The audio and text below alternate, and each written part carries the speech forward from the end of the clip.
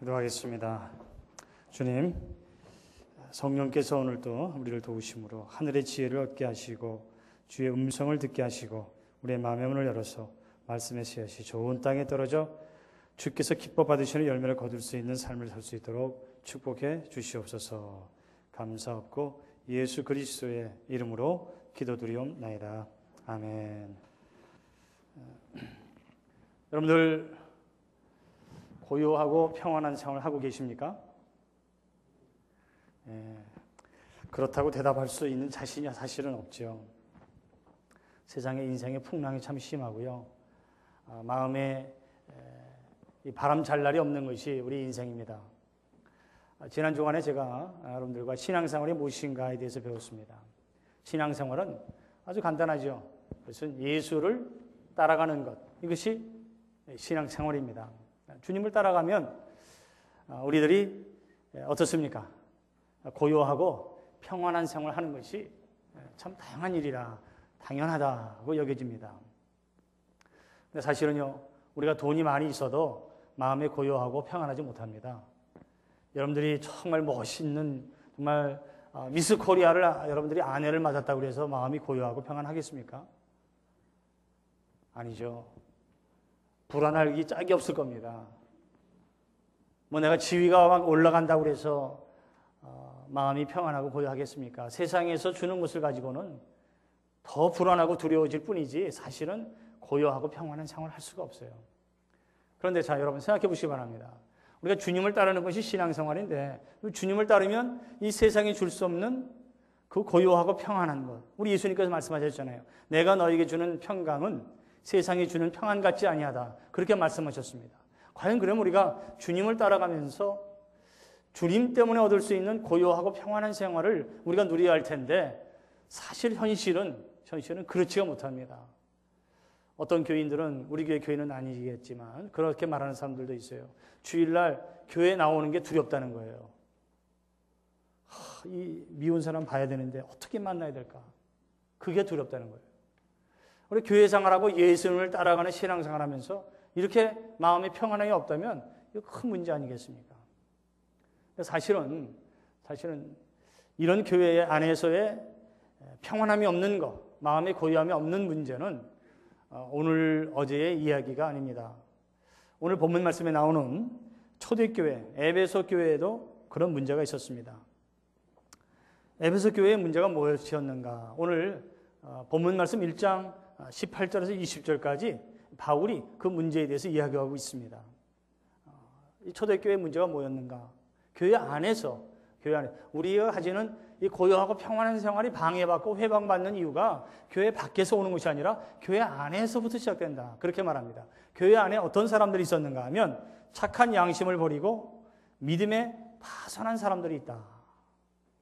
그러면서 그 가운데 이런 사람들 가운데 지도자들이 있었는데 이렇게 눈에 띄는 사람이 있는데 그 사람들이 후메네오와 알렉산더라고 바울이 그 이름까지 지명하면서 많은 그렇게 믿음이 파산한 사람들 가운데 두 사람을 지적하면서 이 사람들이 착한 양심을 버리고 믿음에 파산한 사람들이다. 그러면서 디모데에게는 믿음의 선한 싸움을 싸우라. 너는 믿음과 착한 양심을 지키라. 그렇게 말합니다.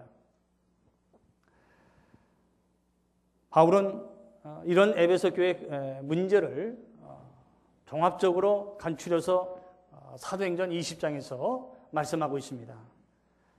29절에서 32절에 바울은 그때 당시에 그 문제를 이렇게 설명합니다.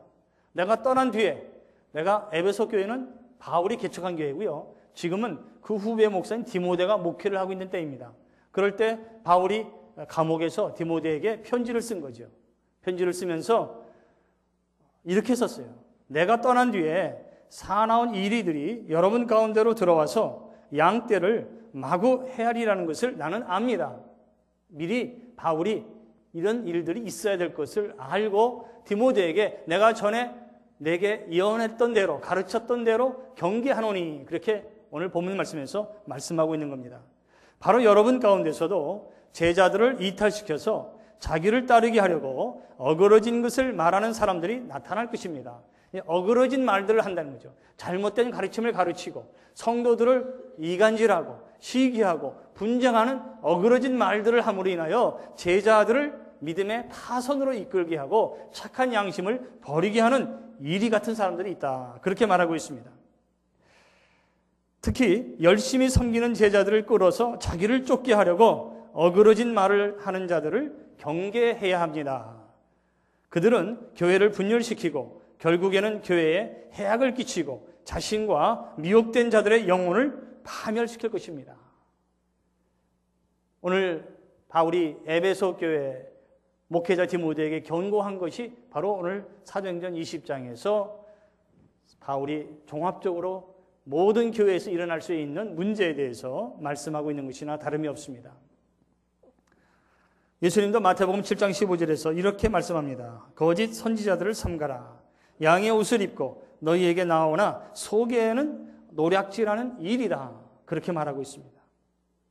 그래서 저희 여러분들이 우리는 교회 생활하면서 예수 믿으면서 예수님 따라가면서 정말 좀 고요하고 평안한 생활을 하고 싶어요. 좀 더 이렇게 마음이 평화롭고 그리고 기쁘고 그리고 좀 순전한 그런 신앙생활을 하고 싶은 것이 우리들의 소원입니다. 근데 현실이 그렇지가 않아요. 오히려 많은 사람들이 골치 아파서 교회 안 나오는 사람들이 더 많이 있다는 거예요. 오늘 현대교회 문제입니다. 교인 수가 자꾸 줄어들어요. 교회 문제가 너무나 많이 있기 때문에 오히려 평화를 얻으려고 나갔다가 마음에 상심받고 두려움과 불평과 시끄러운 것 때문에 교회를 나가기 싫다. 아주 교회에 발을 끊는 사람들이 있어요. 이 간접적으로 직접적으로 이렇게 교회를 떠나는 사람들, 교회를 나오지 않는 사람들, 교회를 회망하는 사람들이 생기게 되는 겁니다. 교회 밖의 핍박보다는 사실은 안에서 일어나고 있는 이런 착한 양심을 버리고 믿음에 파산한 사람들 때문에 많은 사람들이 이 고요함과 평안함을 잃어가고 있습니다. 그래서 오늘 본문 말씀 1장 19절에서 어떤 이들이 이 양심을 버렸고 그 믿음에 관하여는 파산했다 그랬습니다. 그러면서 사도 바울은요, 사도행전 20장 31절, 32절에서 이렇게 우리에게 권면하고 있습니다. 들어보시기 바랍니다. 그러므로 여러분은 깨어 있어서 내가 3년 동안 밤낮 쉬지 않고 각 사람을 눈물로 훈계하던 것을 기억하십시오. 바울이 있을 때도요, 이런 문제가 있어서 바울이 날마다 기도하면서 눈물로 사람들을 다 일렀다는 거예요. 그래도 바울이 떠난 뒤에 이런 일들이 일어나고 있습니다. 나는 이제 하나님과 그의 은혜로운 말씀에 여러분을 맡깁니다. 이제는 내가 거기에 너희들과 당신들과 함께 할 수 없어서 훈계는 못하지만은 이러한 일들로 인해서 너희들이 상처를 받지 않고 교회에 악이 끼치지 아니하고 하나님을 따르는 제자들이 미혹되지 않도록 나는 당신들을 하나님의 은혜의 말씀에 맡길 수밖에 없습니다. 그렇게 사도행전에 고백하고 있습니다. 하나님의 말씀은 여러분을 튼튼히 세울 수 있고 거룩하게 된 모든 사람들 가운데서 여러분으로 하여금 유업을 차지하게 할 수 있습니다. 은혜의 말씀에 맡기고 그 은혜의 말씀이 여러분들을 튼튼하게 세울 줄로 나는 확신합니다. 바울이 이렇게 고백합니다. 사랑하는 여러분, 우리들도요, 고요하고 평안한 신앙생활, 정말 좀 편하게 마음 좀 쉽게 그리고 싸우지 않고 세상 것 염려하지 않으면서 정말 예수님만 바라보고 그런 고요하고 평안한 신앙생활을 하기 위해서는요, 저 여러분들이 은혜의 말씀에 우리의 모든 인생의 문제를 맡길 수 있는 그런 믿음의 사람들 될 수 있기를 간절히 주의 이름으로 축원합니다. 보세요. 바울은요, 디모데에게 권고하기를 믿음과 착한 양심을 가지라. 그렇게 말하고 있습니다. 믿음만 가져서도 안 된다는 거예요. 믿음과 함께 착한 양심도 가져야 돼요. 근데 믿음은 있다 하면서 착한 양심을 버릴 때 이기주의자가 되고요, 자기중심주의자가 되어서 오히려 교회에 덕을 끼치기보다는 자기의 의를 내세우고 하나님의 의를 내세우다가 성도들을 괴롭히고 교회에 악을 가져오고 분열과 시기와 질투를 가져올 수밖에 없다는 것입니다. 여러분, 우리들도 믿음과 착한 양심을 가지는 하나님의 자녀들 될 수 있기를 주의 이름으로 축원합니다.